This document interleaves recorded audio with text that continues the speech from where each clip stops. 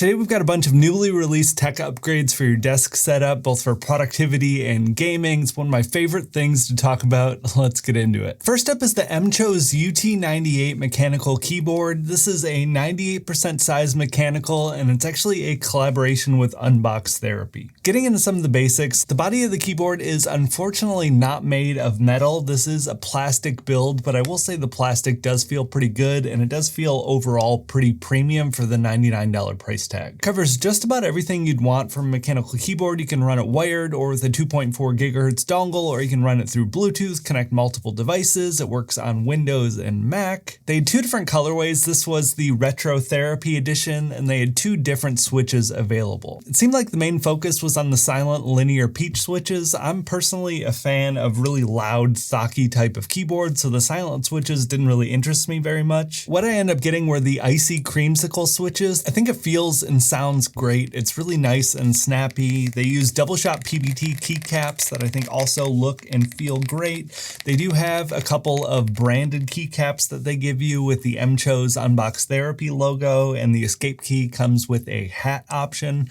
I'm personally not a fan of all of the extra branding, and luckily they did provide you with some unbranded options to swap them out. You have full RGB lighting with plenty of brightness and all the different effects you could ask for. It has a 10,000 milliamp hour battery in here with a pretty crazy runtime. I usually run my keyboards without any kind of backlight. They quote over 900 hours for this one, which is crazy.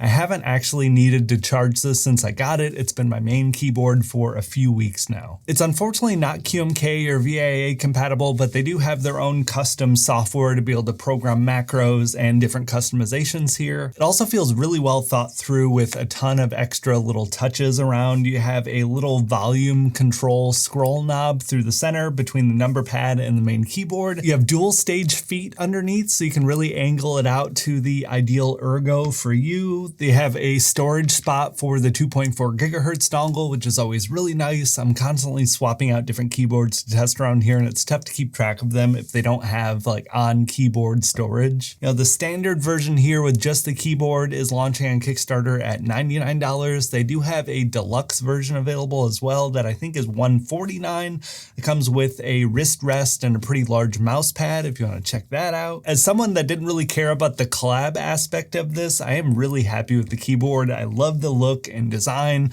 All of the finishings are here. You know, my only little complaint would be a metal build over the plastic one that they used, but $99 is a pretty respectable price point, and it definitely feels polished and still premium even with that plastic body. Next up, we have the UGREEN MagFlow Qi 2 foldable MagSafe charger.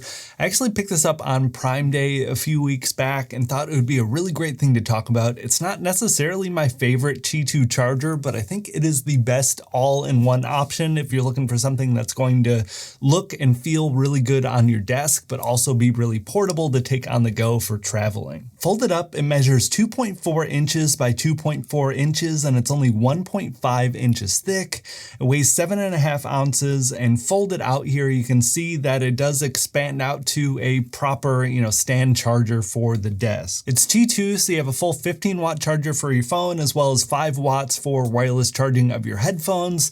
And one of the things I really loved with this, you have an additional 5-watt USB-C port on the side to be able to charge an Apple Watch or any other kind of smartwatch. I've been pairing it with this little Satechi plug-in Apple Watch charger, and you can combine this in, and this might just be one of the smallest and most compact 3-in-1 charging setups if you have all of the different devices and want to charge them all together. Overall build quality feels really nice here. It is a plastic body, but you have this really sturdy metal hinge. It is able to rotate and adjust up to 70 degrees, which feels pretty good. One complaint that I did notice when using this though, if you want to use it with your phone in vertical mode, it is going to kind of block the spot where you want to charge your headphones. This is really designed for landscape charging. It makes sense for iPhones at least because they have that sort of built-in standby alarm clock mode when you have it horizontal, but I just want to make sure that you knew, if it is vertical, at least with the 16 Pro Max, it does kind of block this headphone charger. That being said though, I think this really is my favorite all-in-one type of option for travel and regular home and desk use. If you want something just for your desk, I'm a really big fan of the Aukey MagFusion 3-in-1. That has a built-in active cooler and works really well. That lives in my bathroom, and I just charge my phone and my watch while I'm showering. And if you want something to travel with, the Anchor or the Satechi 3-in-1 foldable packs down even smaller than this, but it is completely flat, to live on a table compared to a stand version like this. Both of those options are more than double the price of this though. It's only $35 on sale right now. I was checking when I was getting my notes together.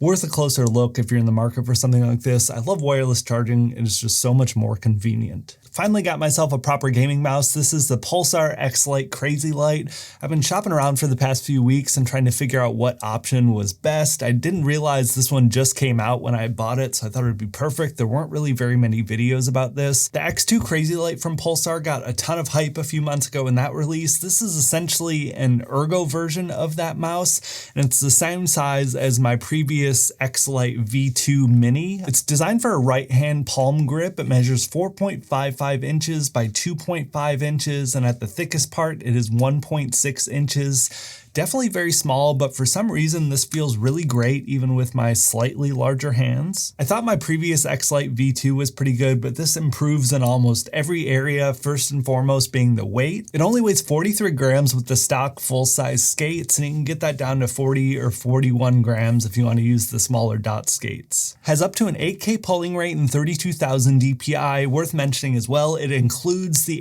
8K polling rate dongle in the box for no extra charge, unlike the new, V4 Death Adder that you got to pay an extra $20 or $30 for. The switches feel really great. The scroll wheel is excellent. I absolutely love the coating on this white color. It's a huge improvement from my old Xlite V2. This was everything I was hoping for and more. It has been an absolute pleasure to use. I love the ergo design. It just feels so nice in the hand, especially for extended sessions. To be honest, I don't do a ton of competitive gaming. I use my controller a lot more than most people, I think, coming from, 20 years of consoles before I built out my gaming PC last year, but I do play a fair bit of CS2. I clocked like 300 hours on it last year. It lives up to the Crazylight name. I also just absolutely love the ergo. I almost went with the X2 Crazylight, and I'm very glad I didn't. I almost didn't notice that this was a different model. The ergo one just fits me like a glove. You have two extra side buttons here if you want to map those out for different things. I also almost forgot to mention they have some software here where you can customize everything to a crazy degree, get it really tailored into your preferences and needs. This was a welcomed upgrade, and I'm so glad I made it. Next item up, we have the Tiny 2 Lite webcam from OBSBOT. OBSBOT was also kind enough to sponsor this week's video, so a huge thanks to them. You might remember me talking about the Tiny 2 Lite last summer. Well, since then, it has been my main and only webcam for every Zoom call, meeting, remote interview that I've done since. It's truly an incredible value. I haven't been able to find anything else that comes close, especially at such a low price point. Getting into some of the basics, it's a 4K webcam with a 1/2-inch CMOS sensor. It can shoot and record at 4K 30 frames or 1080p 60 frames a second. It also has built-in AI auto tracking along with a ton of other useful features. The auto tracking utilizes a deep learning neural network. It's really smooth and accurate, and also has a built-in zoom that does an amazing job. Between that and the autofocus system, it's super easy to embrace a set it and forget it mentality during a call or meeting if you move around a lot or if you tend to over gesture like me. The companion OBSBOT Center app opens up a ton of customization options as well for framing and picture effects like image filters, retouching, background blur, and bokeh. On top of that, there are some really simple gesture controls if you're away from your desk and want to zoom in or reframe your shot. You can also shoot horizontally or vertically depending on what platform you're using, and all of the settings can be customized and saved with productive preset modes, so there's no need to readjust if you want to switch between streaming on TikTok or Instagram and then immediately go into a work meeting afterwards. As laptop cameras improve and features like continuity camera become available, it's harder and harder to find separate dedicated webcams that are worth the time and investment. This one has absolutely been worth it for me. The image quality is really impressive for something at this size and price point. It can handle itself under less than ideal lighting conditions, but if you give it just a little bit of lighting and basic prep, the image quality looks really nice. I've gotten so many compliments about how great the setup and image quality looks using this over the past year. Definitely a huge upgrade over my MacBook webcam. There are also dual omnidirectional microphones built in with adjustable noise cancellation. I found these to be plenty serviceable on their own, but you can even pair this with a little tiny, wireless lavalier setup and have a really great option if you want to beat out all of your coworkers on the calls, or if you want to have a basic setup for streaming on Twitch or TikTok. The Tiny 2 Lite has continued to impress me over the past year, and I've had a really tough time finding anything else that comes close. Be sure to check the link in the description if you want to learn more or pick one up for yourself. Huge thanks again to OBSBOT for sponsoring this week's video. Got another pair of IEMs to talk about up next. These are the KZAM16. These just came out a couple of months ago, and I know I've been on a huge tirade talking about IEMs over the past couple of months. Hopefully you can forgive me. I feel like if you watch the channel long enough, you kind of understand. I tend to find things and get a little obsessive about them. I'm happy to report that these at an $80 price point are another huge leap up from the KZ Vader Pros and the CCC Duet that we talked about that were under $20. I think any of these IEMs that we've been talking about over the past couple of months would be a welcomed addition to most everyone's setup, but these are an even bigger jump in sound quality, and I have to say they're not just the best sounding on a budget. I think these are just the best sounding headphones I own right now, period. You have 16 total drivers, 8 on each side. They're all balanced armature drivers. You have the option of a balance tuning version or a bass enhanced version. I end up going with the bass enhanced version. The sound completely blew me away, and specifically the bass is absolutely crazy. It is some of the strongest bass out of any headphones I've ever tested, and it doesn't even come close to getting muddy or muffled or getting into the mids. It is super clean and controlled and quick, but it is just so loud and incredible to hear. If you're a fan of big bass, it is just really wild and even better than some of my over-ear cans. The mids and the highs both sound great. You have tons of clarity and presence. The overall sound just has a ton of detail. The sound stage is excellent too, which is really fun for listening to music, being able to pick out all the different instruments. I just am a sucker for that sort of thing. But specifically, we're talking desk stuff and gaming stuff. For gaming, I think these would be a real game changer if you don't want to spend, $1,000+ on some crazy speakers or, hundreds of dollars on big over-ear cans. You're able to pick out, 3D space so easily. I've been using these when I'm playing CS2. I rely really heavily on audio to hear footsteps, where people are coming from. Also worth mentioning, you don't even need a fancy amp to run these. They have a 15 ohm impedance. My cell phone was more than capable of driving them, which is pretty crazy. The build quality is excellent. You have a metal faceplate on the outside, and then the inside is transparent, so you can see all of the detail inside of the IEMs. The cable is detachable, of course. It's pretty average, nothing particularly bad or good. You do have a built-in inline mic if you want as an option. This will probably be the last time for a little while that I'm talking about IEMs. I know I've been laying it on super thick, but I just can't get over how incredible the sound is and what an amazing value some of these options are. I've been finding myself choosing these over my Sennheiser HD6XX cans for a while, and I never thought something like that would happen. So if you're a huge music nerd, or if you want some really good headphones for gaming, can't recommend these enough. Or if you're on a tighter budget, I've got a couple of others I've been talking about recently. I'll link those down below too. Speaking of gaming, we've got the brand new Gamesir G7 Pro Controller. This is a controller that comes in at $80 and rivals the features and quality of the OEM Elite controllers that cost $200. Right off the bat, so everyone knows, I'm not a big controller snob. I usually just use the stock OEM controllers that have come with my consoles over the years. I've wanted to go with some of the Elite model options from PlayStation or Xbox, but just couldn't justify the price. I feel like this is the perfect solution for that. You get the price of the cheaper one with all the features of the more expensive one. It uses Hall effect triggers and TMR joysticks. These are going to be a lot better at avoiding stick drift, something that has plagued every single controller I've owned over the years. They're also much more precise. Even for my untrained hands, I can really feel the difference.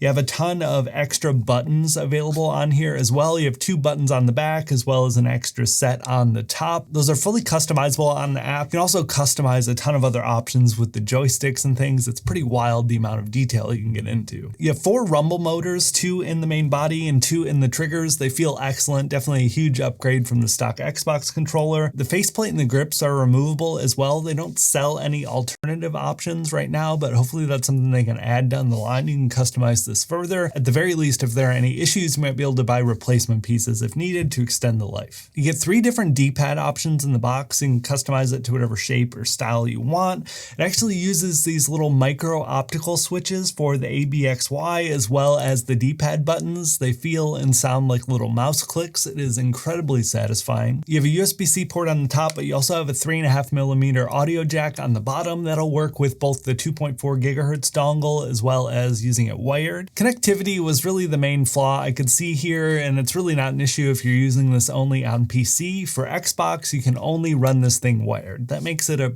pretty non-viable Xbox controller option in my opinion. For PC though, you can run it with a 2.4 gigahertz dongle or wired. You have 1000 hertz polling rate for both options. It charges via USB-C with the port on the top, but it also comes with a really great charging stand if you want to use that. The only other complaint I had as well was a non-removable battery. I know that's kind of the standard, but that's always been one of the things I like about the Xbox controllers. It makes them last a lot longer without a built-in non-removable internal battery. That being said, I'm a full convert now. This is my new default controller for all things PC gaming. Like I said at the start, you get all of the Elite controller features at the stock, cheap basic controller price point. It's kind of a win-win scenario. I probably would hold off a bit if you're looking for consoles. It seems like word on the street on Reddit is that they're coming out with a wireless version for console. It'll probably be quite a bit more expensive though. But if you're a PC gamer, pick this thing up. You will definitely not regret it. Got another keyboard up next. This is the brand new NocFree and split keyboard. I talked about the NocFree Lite last year. I got a review sample sent out to me. I was really impressed with it and thought it was a really great option for travel and opened up a ton of possibilities for desk setups if you do alternative things like music creation at your desk. They're back with a newer model here that is a little bit heavier, so it's not necessarily as ideal for travel, but it is much more premium feeling with all of the great materials that they're using. The body itself was an immediate standout. It's a CNC aluminum body. I love the texture. I love the weight. Low profile keyboards in general have come a long way in the past couple of years, and they've definitely made some huge upgrades here from the previous model. The switches are hot swappable. They went with a custom made low profile linear switch. I would say they feel pretty good. There's a lot lighter actuation force and a lot less travel. Me personally, I think it's a little bit less satisfying than a big thocky high profile keyboard, but it's also going to be a lot less fatiguing. One of the main things they're going for here is the best ergonomics and comfort. If you don't want these linear switches, I did see as well, they have a stretch goal for some silent switches. You all know I like loud thocky keyboards, so that wouldn't be for me, but I know it could probably be for a lot of you. I work alone in here and I can be as loud as I want. It's unfortunately not QMK or VIA compatible, but they do have their own custom software to be able to map things out and customize and add macros and all of that. On that note as well, they do have an optional, macro number pad that comes attached that's completely separate, which is excellent.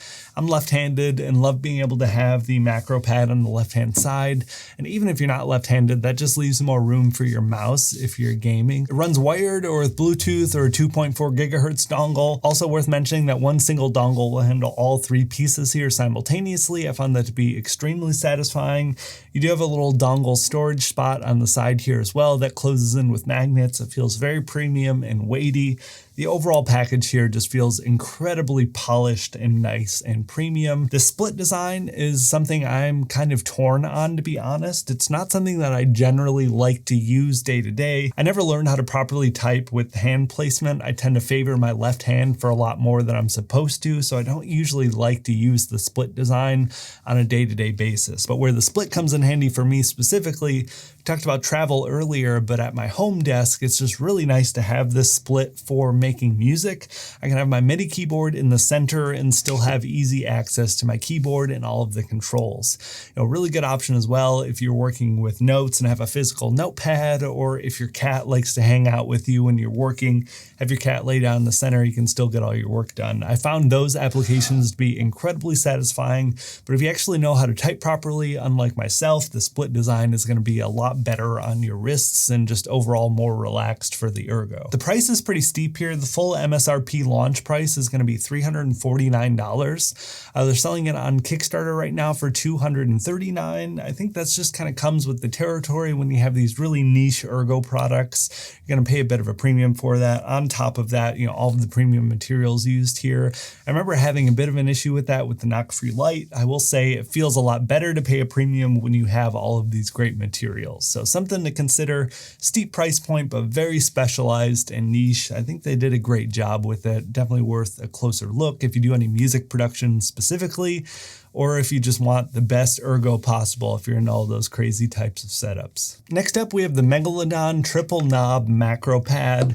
I've been wanting to check out and dig into some macro pads for a very long time. I see people nerding out about them around the mechanical keyboard subreddits and things like that. It's been on my list for a while. I finally picked one up and I definitely understand the hype. The Megalodon here seemed like a real crowd favorite. I can definitely understand why.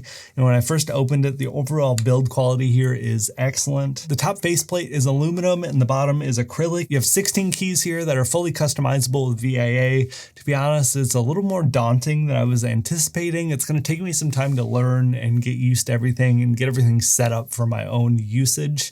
I think there are a ton of great applications for macro pads though, for just about everyone. For gaming stuff, for music production, for video editing, even just basic productivity stuff. You know, I have a friend that is a big Excel spreadsheet whiz. I'm sure he would find a ton of great uses for this. On top of that, you have 3 different knobs here that you can customize. They're also clickable as well.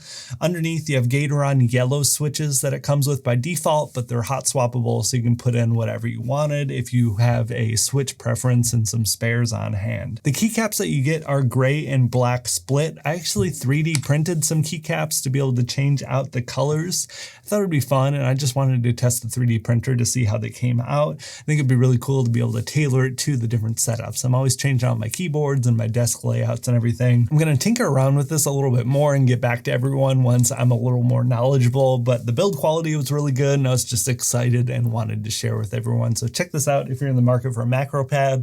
I also do really love that macro pad that came with the NocFree keyboard. But on that note, that is the end of the video. A lot of peripherals today. I had a few other things that I had planned to talk about, but in the testing process, they were not what I'd hoped. Sent them back and focused on all of the good stuff. So hopefully you found some cool options here. Let me know what peripherals you're running. Do you do gaming, productivity work? What sort of stuff do you want to see from me in the desk home office stuff in the future? Thank you all for watching though, and thank you for the support over the years. As of yesterday, we just hit 100,000 subscribers on the channel. Absolutely wild. I'm waiting to get my plaque and my little verification badge pretty soon, so keep an eye out for that. Maybe we'll do something fun. Thank you again though, and I'll talk to you in the next one.